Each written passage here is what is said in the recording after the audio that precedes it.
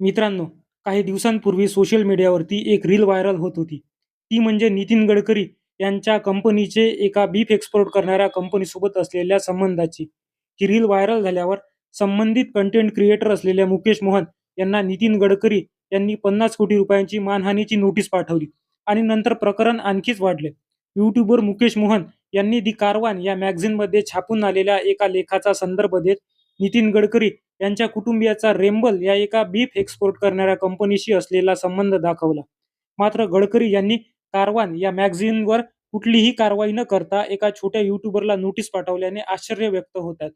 पुढे कारवाई करताना मुकेश मोहन यांना पोलिसांनी तपासासाठी सुद्धा बोलावले आणि त्यांचा मोबाईल सुद्धा जप्त करण्यात आला होता. मुळात मुद्दा हा आहे की भाजपचे लोक अभिव्यक्ती स्वातंत्र्याची गळचेपी करतात की काय, आणि कारवान या मॅगझिनवर कुठलीही कारवाई का करत नाहीत असा सवाल सुद्धा उपस्थित केला जात आहे. मात्र कारवांकडे लीगल टीम आहेत, ज्यांच्यावर कारवाई केल्यास ते पुराव्यानिशी गडकरी आणि रेम्बल या कंपनीचा असलेला संबंध सिद्ध करतील. अलीकडे सरकार आणि कंटेंट क्रिएटर यांच्यामध्ये एक सुप्त युद्ध चालू असल्याचे दिसत आहे.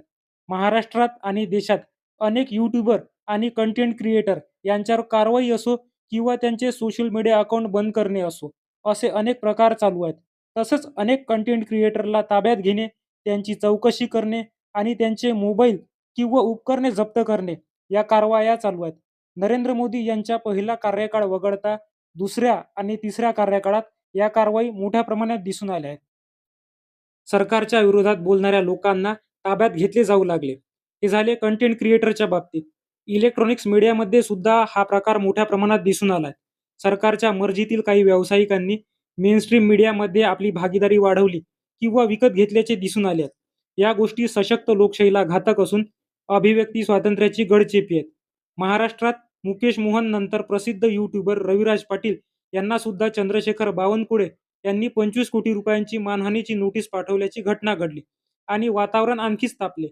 सोशल मीडियावर प्रसिद्ध असलेले शिक्षक विठ्ठल कांगणेसर यांचे सुद्धा इंस्टाग्राम अकाउंट बंद करण्यात आले. यावर सुद्धा जनतेत प्रचंड नाराजी दिसून आली. अन्य राज्यातही अशा प्रकारच्या घटना घडल्याच्या बातम्या येऊ लागल्या. मोदी सरकारच्या काळात याआधीही अभिव्यक्ती स्वातंत्र्याच्या विरोधात अनेक कलाकार, मान्यवर यांनी पुरस्कार परत केल्याच्या घटना घडल्या आहेत. मात्र सरकार या गोष्टीवर नमती न घेता आणखी आक्रमक होताना दिसत आहेत.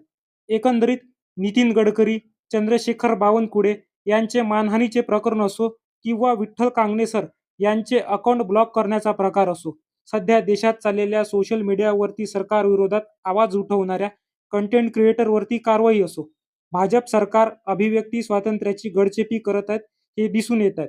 तुम्हाला या व्हिडिओबाबत काय वाटतं? कमेंट करून नक्की सांगा.